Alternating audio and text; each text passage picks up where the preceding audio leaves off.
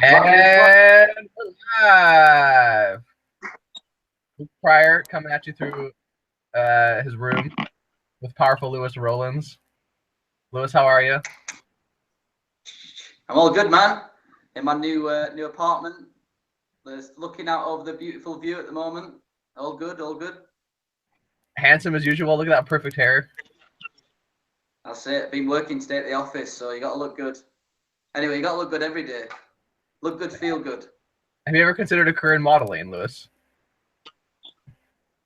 No. You could be a model. But You're too young. yeah. I thought you said you're too young. All right. So we kind of wanted to talk a little bit today about like our current life situation, things we've been going through, things we've learned this past year, maybe where we're at with our healing, maybe a little bit current events, and just kind of go from there, I would say. And things with me is continuing like realigning of my structure. You know what I mean? Like the shoulders coming down, wanting to do that. Then my neck wanting to extend. And then just popping my neck all the time as it pops into a better alignment, like this type of deal, you know. You know, do that like 5 times a day. Popping the back, you know. I retraced a sinus infection a couple weeks ago as I popped into 4 lows for a few weeks. I don't feel that I'm in 4 lows anymore. I just popped into 4 lows for a couple weeks to retrace that infection, I feel.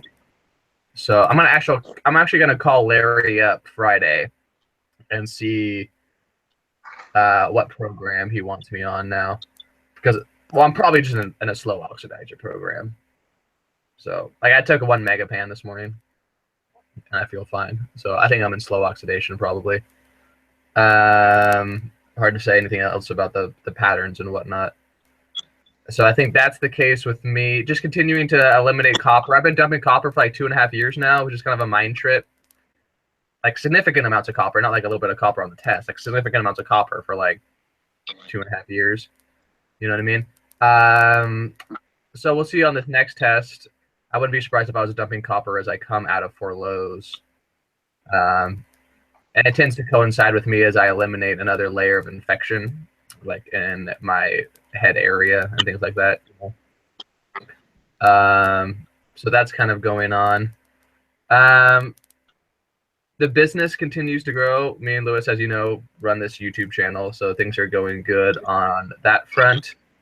My strategy has been for the last 2 or 3 years to basically run this business, heal myself, and then I don't spend a lot of money, and then basically every cent I have just goes into investments that I think are going to perform well. Like the Bitcoin, obviously, that I talk about, Ethereum, and then physical silver. And then just kind of playing the waiting game, you know. Things I think will become more clear as certain events unfold, but for now, it's best to be patient, I feel. If you're watching this, especially if you're a young guy, be patient. Save all the money that you have and like, you know, reinvest into yourself. Start a business if you can.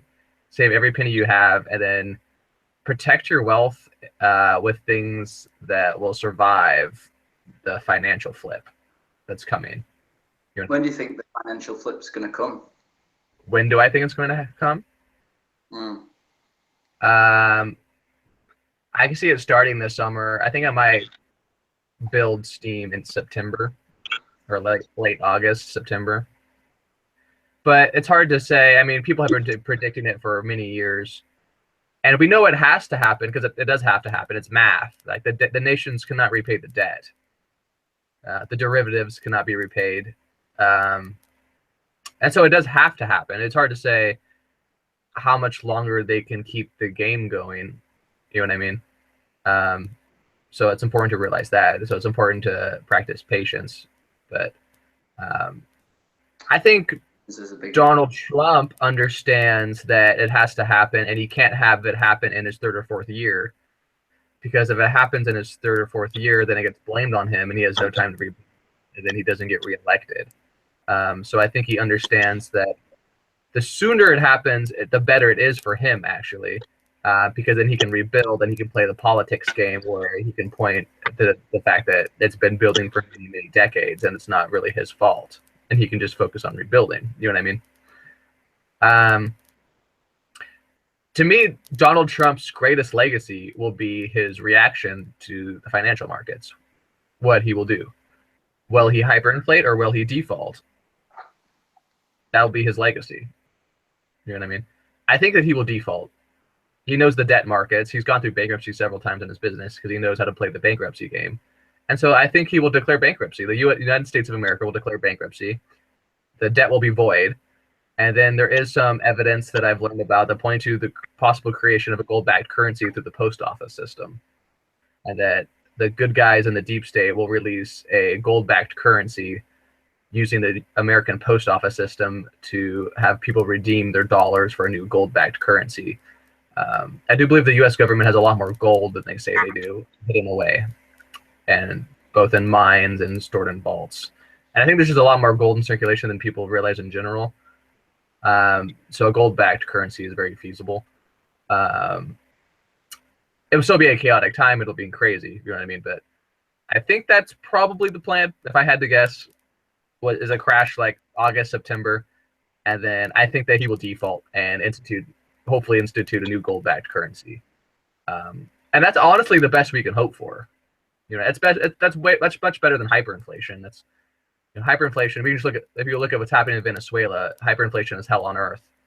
You know what I mean?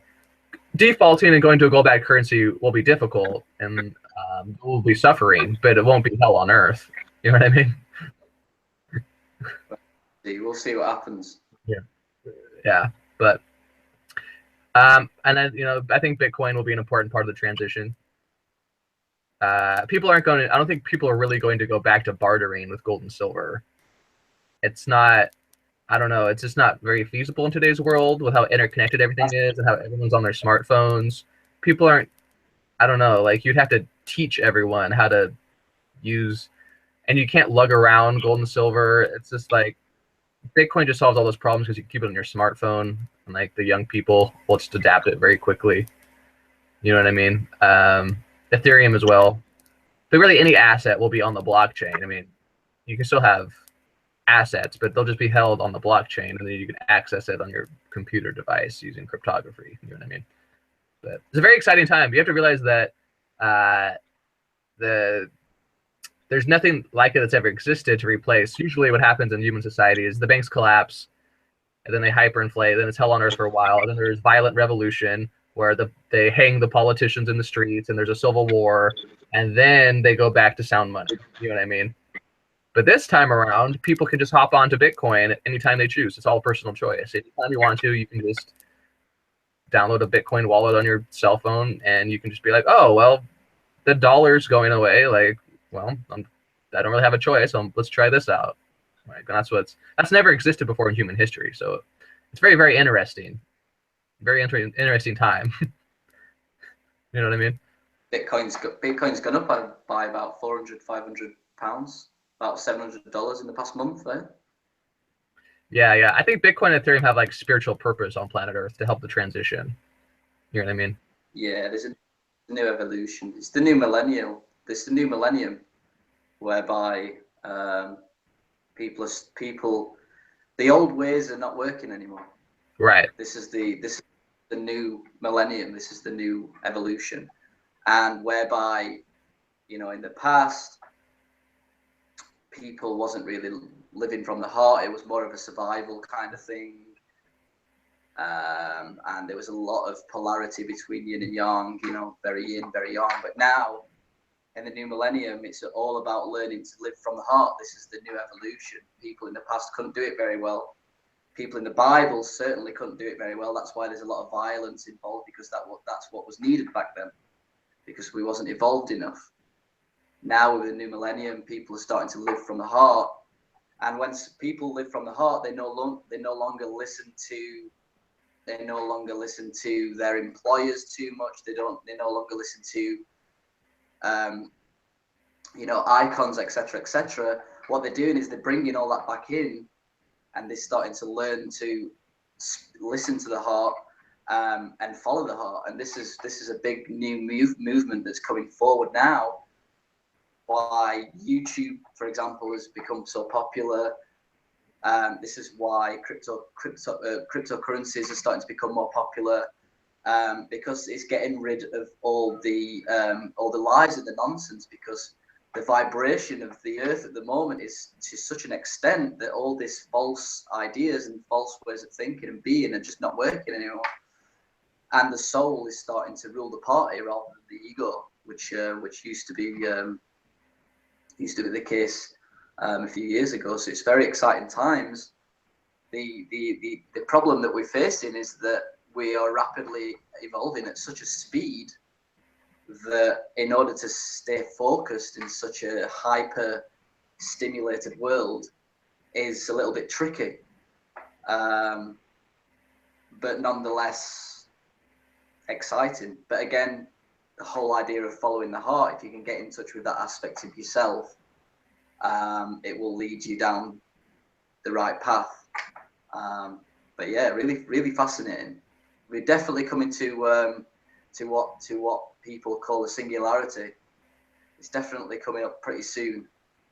So that's going to be interesting. Right. Yeah, the hard part will be the transition, you know.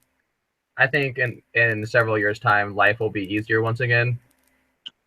You know, there'll be like free energy devices, and everyone will have access to, you know, a global sort of money infrastructure like Bitcoin or something, and it'll be easy. But the transition will be a sort of a chaotic time. So I think it is important to make preparations. But I mean, it's just like it's the free market kind of just taking over. You know, it used to be that the powers that be had complete control over all information, and then we had the internet.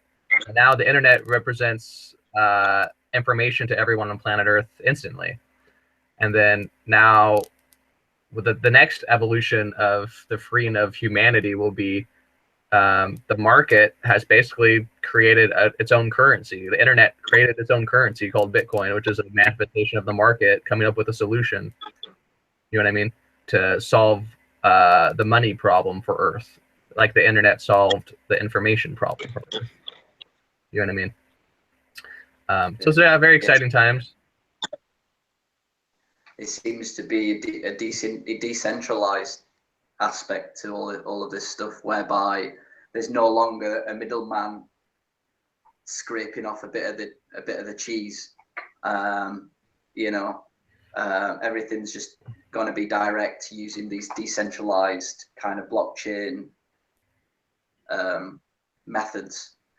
And I suppose that's how nature works. You know, it's we're wanting to, God's plan is to be at one with his kind of way of being, and it's very hid in that respect, and there's no hidden motives or people taking a profit, you know, necessarily. Everything's just direct and out in the open, and this is the evolution that we're moving through, I think. And a decentralized type of system is what's needed for us to get out of this particular era that we're in at the moment. So it's going to be interesting. It's going to be interesting. If you're ahead of the game, it's going to be a lot easier, I think, than people that have still got their head in the sand trying to cling on to them old ways of being. So that's something I think people need to work on. I think nutritional balancing programs, part of the whole evolution, part of the new movement of preparing people for for more of an ascension into you know, being a self-actualized and it'll be important, yeah, and right, and people will have to learn how to take care of their own health, because the medical establishment will disappear and go bankrupt with the whole entire other system. The AMA will go bankrupt. There won't be access to the medical infrastructure like there is right now. It will go away to an extent, and people will have to. It's already happening as the doctors have less and less answers, but it'll accelerate as the medical cabal, as we call it, will be basically disintegrated. You know what I mean? Because it'll be bankrupt.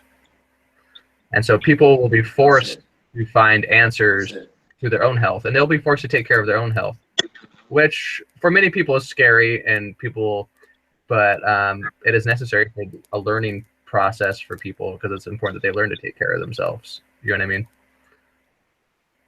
Exactly. And hopefully, you know, this is the reason why we do these videos, really, is to help the others kind of make that journey. You know, that's the whole point, I think, isn't it, really, why we do what we do, and the videos and stuff is, we obviously haven't got all the answers, but we've had an experience of, you know, I think the nutritional balancing program, by just starting the program in the beginning, you're literally taking yourself out of that crowd, that mindset, that old mindset that we're in, and putting yourself into a new mindset, not only mentally but physically and obviously spiritually. Step, I think, is working on your own environment, your own health. You know, that has to be the first step. And it's a very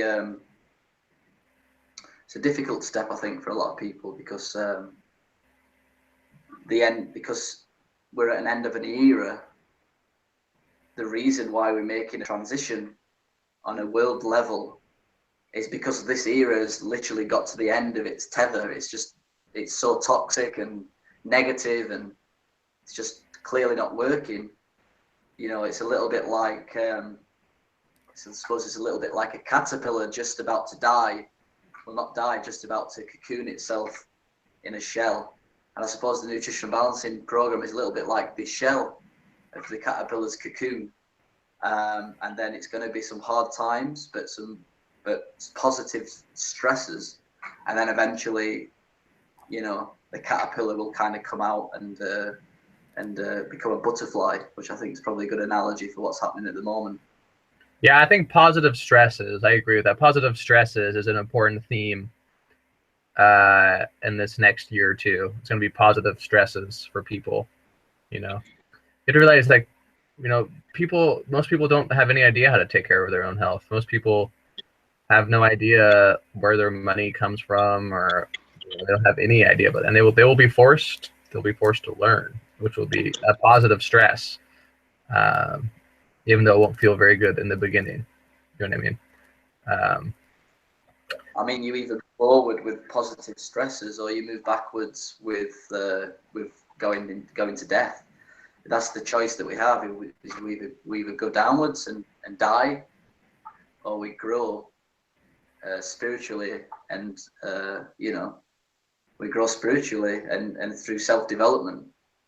But there's always going to be pain, but pain's part of life. Pain's part of the physical realm. What you don't have to do is suffer. That's a choice. Right. Yeah, totally. So and I think them two distinctions, easier to move forward. Right. But yeah, I mean, life has been good to me in general. I mean, retracing the sinus infection for a few weeks is never fun. You know, it's like we talk about, you know, suffering. You know, you suffer sometimes when you retrace. You'll have to suffer a little bit, but it's a positive sort of suffering, and you know you keep learning about your body, you know, as it continues to heal and things like that. Basically, my plan is, you know, has always been, like, for the last couple of years, like I talked about, keep healing my body, keep growing this channel, keep investing, and then hopefully a couple of years from now, maybe start my own lab. I think that would be an interesting endeavor. That might be fun. Yeah, we'll see. But, so how's your healing journey lately? Are the angels singing to you? Where to begin? All right, cool. So yeah, I'll probably speak a little bit more about my relationships, or my relationship. So yeah, a couple of years ago, I was healing very well, and I was feeling good. A little bit naive still, but that's all part of the process. And what I did is I actually prayed for a relationship, and 2 weeks later, on New Year's Eve, the relationship came in the form of a wonderful girl. It was Mexican, and it was a very strong connection, and never felt like that about a person before. And yeah, basically got into a relationship with this girl, and I've learned a lot basically about relationships and healing, and I think I've learned, now I've come out of the relationship, I feel like I've learned a lot about relationships, and a lot about myself, and a lot about why men get into relationships and why women get into relationships, and what you need to do in order to be in a good relationship. So yeah, I was going out with my partner for 2 years, and what happened was I started feeling depressed, not feeling good. Something wasn't right. My mind was trying to justify what was going off, and trying to talk my way out of it. And because she lived in Mexico, basically I felt like it would be my kind of duty to go over there for a bit and work over there, and try and live my life. And story short, I ended up going to Mexico, and I ended up having a really bad time, spiritually, mentally, physically. Something just wasn't right. I just didn't feel right, and it got to a point where I ended up ringing up Dr. Wilson, because I was in a bit of a bad state, and we talked about things, and he basically made me realize that my soul or my heart was not into the relationship as much as it should have been. But now I've kind of moved away from the relationship. I've also realized a lot of the reasons why it didn't probably work out as well as I hoped it would, or as well as it should. And one thing I've learned is that a lot of men,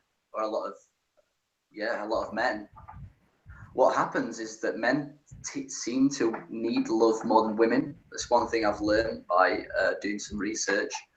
And what they do is they try and get love as a need, or a projection. And what they should do instead is learn about their soul needs, and also learn about balance.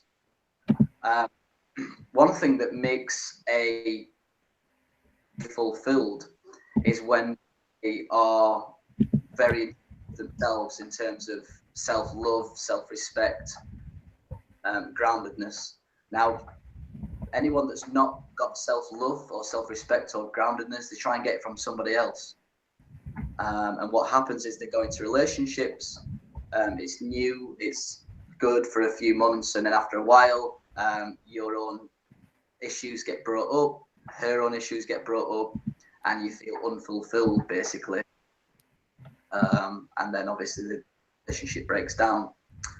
So one thing that I've kind of realized is that in order to be happy, and in order to be in a good relationship, I need to work on my own wholesomeness. For a guy, especially, it's also important for a girl. But it's very important for a guy to ensure that he is following his purpose, following his passion, and also is in a situation whereby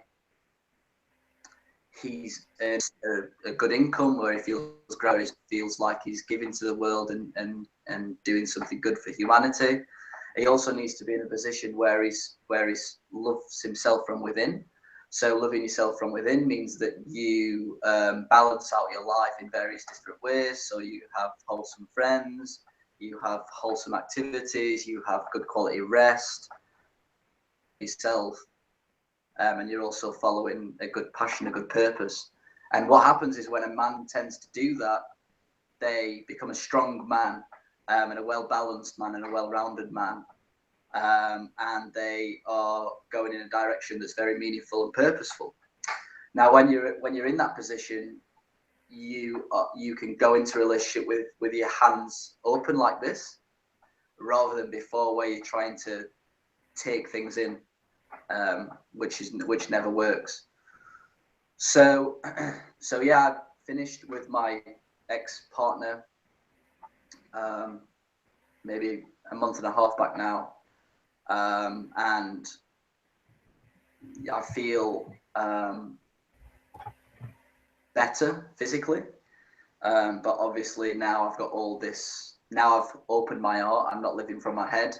Now I seem to be getting a lot of kind of guidance from God or different realms, etc., in where my future goes. And without me doing a little bit of research into relationships, I would men tend to, because they need love from a woman, and if they didn't do the kind of research that I've done, would have probably just gone into another relationship. And there is a part of my ego that wants to seek out another relationship for a fulfillment, but I'm not going to do that. What I'm going to do is I'm going to concentrate on my purpose, which I feel is helping others heal in a creative fashion. Obviously build the YouTube channel, and I'm going to focus on myself a little bit more. I did have a lot of self-respect, but I realized that it's not enough to really give to a relationship in a way that my partner would be like the cherry on top of the cake, rather than just the cherry. Do you know what I mean? And that's how a lot of people see relationships. So I think I really need to build up my own sense of and happiness. And I think when I get to that point, then I would be very much interested in finding a relationship that's fulfilling. Yeah, I'm just focusing on healing, and I know I've still got a lot of copper to release. I know I've still got a lot of healing to release, but it's an interesting transition of moving away from my old jobs and my old way of living that supported my healing because I was so sick. So it was there as a financial aid, but now I have more energy, and my heart is open and my purpose becomes more clear. Now I am going through the transition of having a job that just earns me money to having a job that's meaningful and has purpose. So that's basically it in a nutshell. It's been an interesting couple of years. Yeah, one thing that I think is important in regards to a man-woman relationship is like getting a return. Like, I think, like you talk about like coming like this to like the woman, it's important. Like, I think in the beginning it's more natural when a man gives some of his like energy to the woman, whether it be like his time and his energy and his finances to like help her heal.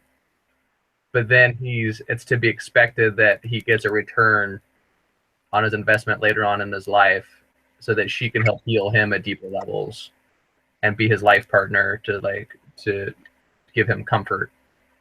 You know what I mean? Yeah, I think every man naturally wants to give to a woman. It's our natural way of being, as being a bit more young.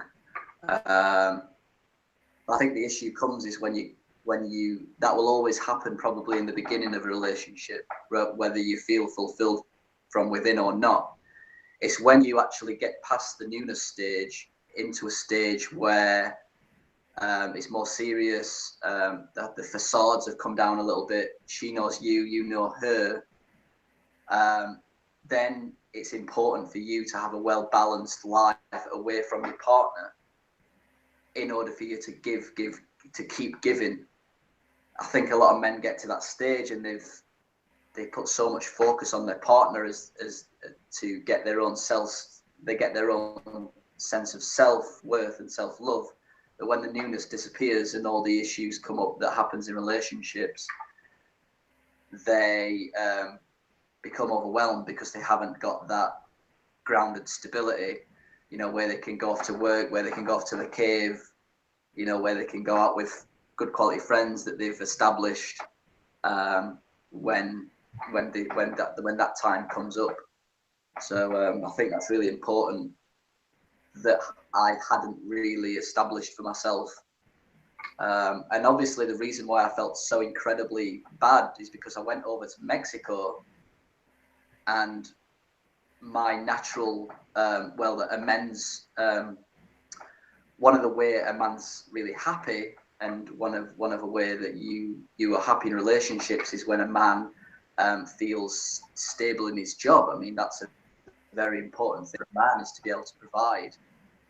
In a different country, you don't have any of that. I mean, the real kind of linchpin of a man's kind of self-worth is his ability to provide in a wholesome manner. When that's taken away from you, and all your safety nets have come down, it makes you realize how important it is to have a very balanced life. So yeah, it's an interesting subject. I'm really interested in it actually at the moment. I think the whole breakup has made me really want to study what makes relationships good and strong, because as Dr. Wilson says, you know, being in the right relationship is really important. It's good for development, and I do believe it is. I had a lot of amazing times in the past 2 years where I really saw the power of being in a relationship, and the dynamic between a strong man and a strong woman, I think, would really work well. But the only way to do that is for you to become a very strong man now, before you get into a relationship. And that's the secret, I think, to why a lot of relationships break down, is because them factors, very important nutrients of life, have not been catered for. Right. I think it's also important. I've kind of realized, like, sometimes men, because of their ego, are hesitant to make their partner like part of their projects. Like, I think it's important, like, for the man, like, to encourage the woman to, like, you know, she can be like your helper and like help you in your sort of business projects, and you can explain to her what you're doing. I think it can like build a relationship too, having projects together. Like, I've had clients, I mean, because sometimes it's too far the other way. Like, I've had clients where they're like 40, 42, and they're very like business oriented. Like, both people are very successful in their separate sort of business endeavors, and then they go out and they do their business, but they're not very intimate like when they come home, because like their lives are like the business, but there's no sort of thing like commonality. There's no like common purpose or goal between the two, if that makes sense. Healing can help, because healing can become the common purpose, but it also helps, I think, to have like projects that you work on, whether it be like starting a garden even, or like a small business together, like helping her start a business or something, like, and then sharing with her like your finances and why you're doing the stuff you do, and explaining it all to her if she's interested in it. Does that make sense? Yeah, I think that's a good point. I think the initial kind of thought that comes up is you don't want to be in each other's shoes 24/7. I think if you're in a business together, it's actually unhealthy to be so close all the time. There needs to be some space. Do you understand what I mean? I don't know if I necessarily agree with that. That might be true in some circumstances, but I don't think I would entirely agree with that. I don't know. Try it out. I mean, it might be more important in the beginning, but I think that, I mean, spending lots of time together or like living in the same place isn't necessarily like being around each other most of the time is not necessarily a bad thing. I mean, it was bad for me. Right. It might have been bad for you at that time, but I don't Yeah, think that's truth. I know what you mean, but I have also heard about that issue from kind of a lot of relationship experts as well, which kind of anchored the fact that Oh, that there the needs to expert. be, I think the idea is dynamic though, isn't it? I think the universe is very dynamic, and I think Right. relationships are so dynamic. Do you know what I mean? There's got to be a certain sense of dynamism in there. So yeah, it probably would work all right if you maybe had a good group of friends where you can disconnect from that for a little bit and you know, or you join a club or something that's a little bit different. I think for me, I think that's how things work better, is having a bit of dynamism, where you can just take a step back and do your own thing and, you know, go back into it and stuff. But one of the issues in my relationship was the fact that I worked from home and my partner also kind of came to the UK, and she didn't have many friends and stuff, and we moved to a different city, so I didn't have any friends, and we kind of lived together 24/7, which in the beginning is great, but after a while you get these other kind of needs of a human that kind of overwhelm you a little bit, and you get confused because you're thinking, you know, why can't I just enjoy myself all the time? And then you take a step back and you see how other people do it, and you're like, yeah, it needs to be the idea of a dynamic. So how you figure out that dynamic is up to the relation, is up to the couple. But I think there needs to be some sort of dynamism in there somehow. Right. Right. Um, yeah, I think it can be important to like have quality time with members of the same sex, like for women to be like with other groups of women to talk about things that maybe only other women can understand to a certain extent. Does that make sense? And then also Yeah, for men to be in predominantly like to be like a group of like men, especially men like around his own age, preferably. I mean, although it's hard to find, you know, good men, but like be at a group of especially men his own age that are on the same purpose. So it's like you're with other men that are on your yeah, and you're there yeah, and you're there together as men to achieve the purpose. You know what I mean? I think that's important. yeah. I think that's a big one. That's a big one.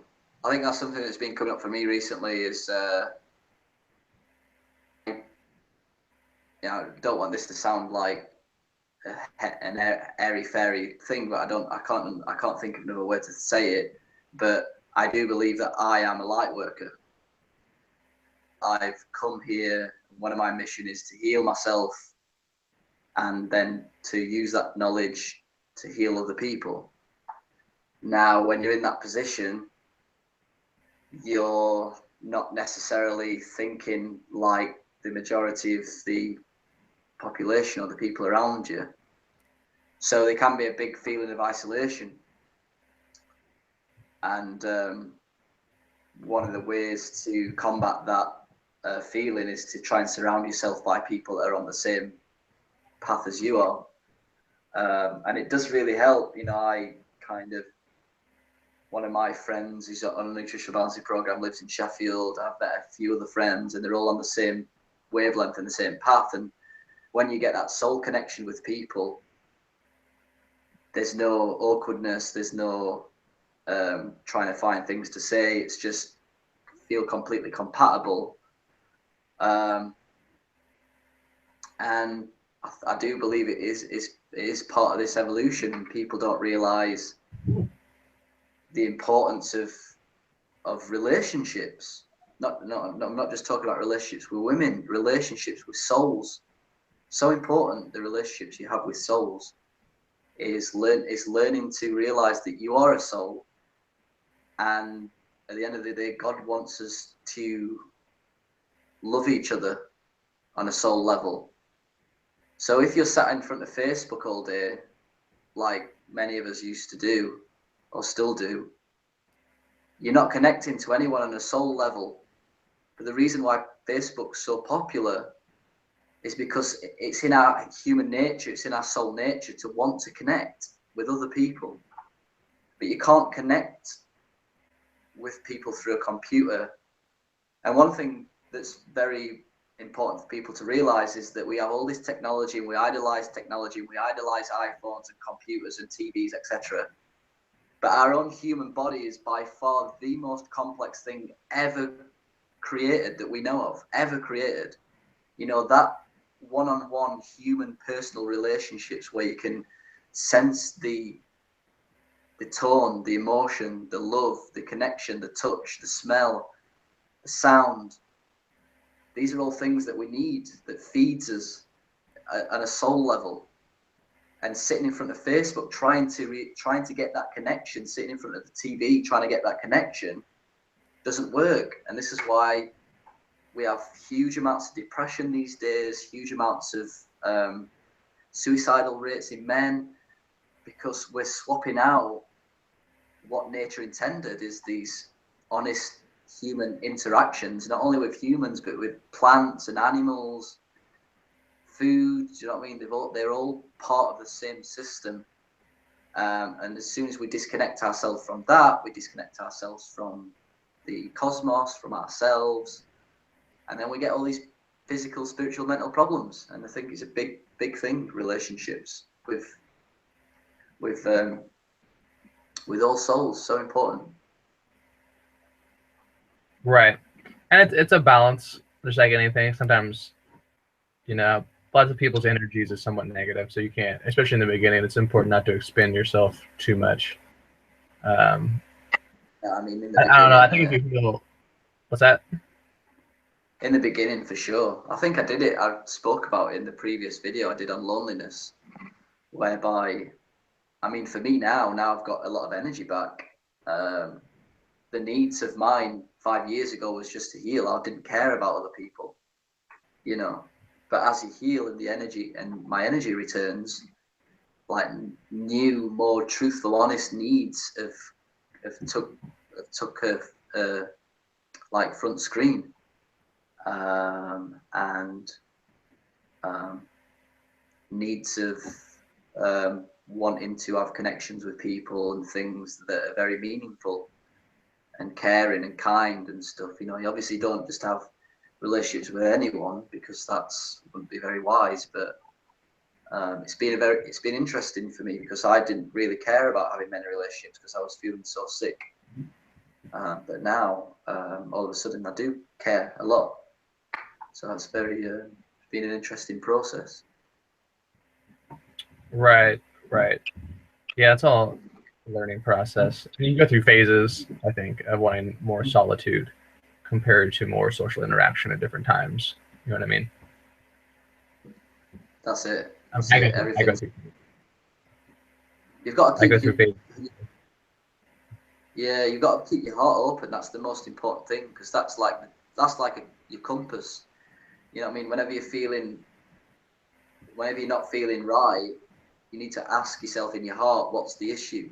What's the problem? And it's always correct. You know, it's always correct. But most people follow the heads too much. You know, worrying about what other people think, you know, doing what society thinks is right, listening to family and friends that haven't got the best interests at heart. So they're stuck in the head, you know, oh yes, you know, for me, oh, this is a good relationship, you know, my mom wants me to be happy, you know, society says that I should get married. On paper, I'm in a good relationship. This is my head speaking. And my heart was saying, I love this person. You know, I love her a lot. I still love this person, but I'm not ready to get married. I'm not ready. I'm just not ready for this. I need my heart saying, I want to focus on my own passionate purpose. And when I spoke to Dr. Wilson, he kind of said the same thing, that what I was feeling. And I made the decision to stop and quit, then all of a sudden kind of made me realize the importance of, you know, following the heart and, you know, doing what you need to do. So. Yeah, I would totally agree with that. You know, for sure. And everything is, you know, a learning process. Sometimes I think men get infatuated with certain types of women when in reality the type of girl that they'd be better off with, you know, it doesn't make them feel as much, maybe not even as like sexually attractive to them as they might think, or in previous relationships, but it's more like the girl that they need like long term. You know what I mean? Yeah, but I think it would. I think that's when the soul will know. I think that's the most important thing. Is the head saying, "Oh, I need to find this, need to find that." If the soul's saying, "Not now, leave it for a few years," then when the soul's ready, that's when the right about it. You probably know about it. Yeah, Dr. Wilson said the same thing on the phone, actually. He says when the time's right, you know it's right intuitively. Do you know what I mean? Like, so there shouldn't be any kind of judgments on, you know, attractiveness or values are important, but you know, interests and stuff like that. Right. Yeah, it's definitely more of like an intuitive. But I think the next step is the whole idea of, you know, thy will be done. The whole idea of, you know, stop thinking you know best, and be a helper of God rather than trying to be God, you know, like most people tend to do. And I think that's a stage that I'm going through at the moment, is just to the reason why we do the pushing down exercise is to become empty from within, Right. so that you can get the downloads coming, and I can feel it. This is one thing that's happening to me at the moment, is the energy that's going into my head is kind of expanding my skull a lot, and I'm just getting like waves of just like insight and stuff. It's quite a fascinating process. But it's the whole idea of becoming empty and bringing the energy down, and just, you know, happy-go-lucky kind of, and just use that guidance rather than trying to control everything like the ego wants. And yeah, it's best not to. It's best. It's definitely best when you meditate not to ask for things. Yeah. I think I don't think I've ever asked for anything when I meditated. Well, I've asked. That's not entirely true, but I've never asked for anything for myself. I've prayed for others when I've meditated, but I've never asked for anything. I've never been like, oh, I don't know. You know what I mean? Yeah. But the best thing to ask for is for your highest good to kind of manifest itself. Yeah, as you talk about, you know, it's like the best is like thy will be done. Yeah. And that's what happens with the law of attraction. Do you know what I mean? If you ask for something, you'll get it. You know, that's a part of the structure of things are. So you know, if you ask for something, then you know you might get it. That's one of the aspects of the law of attraction. But the next step up from that is not to ask for anything. All right. Well, unfortunately, I gotta get going here. It's 10:45 here. I gotta get going by 11. But all right, cool. Good chatting with you. Good chatting with everyone. Keep healing on your programs. You know, keep doing what you do. Keep following your heart. Keep fighting the good fight. Don't never give up. Never surrender. Stop calling me. Yeah, and if anyone's got a podcast topic, then write it down in the comments section. And yeah, that was totally Write any questions down below. I'm gonna make a couple videos probably tomorrow. I've got a couple interesting video ideas. I didn't make any while I was retracing that sinus thing, but now I want to start making more videos again. So that will be fun. Hey, and of our subscribers that bought Bitcoin or Ethereum, when I first recommended it, you're up like 50%. So scoreboard. Yeah. Good investment. Keep buying. Keep buying. It's only going to accelerate. Get some silver. Yeah. Get some. Yeah. But it's going to be interesting times. Try not to be too attached to your surroundings. You know, not too attached to other people's emotional states during this very important transition. You know, keep your family close, your loved ones close, and it'll be a beautiful thing. We'll be all right. Do what you want to do as Yeah, well. we're gonna be all right. What's that?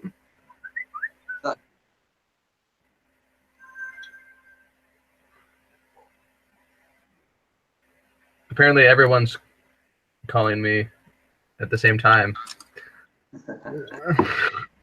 All right. Let's do it anyway. All right. See you guys later. Leave some questions. We'll answer it during our next podcast. Peace. Peace.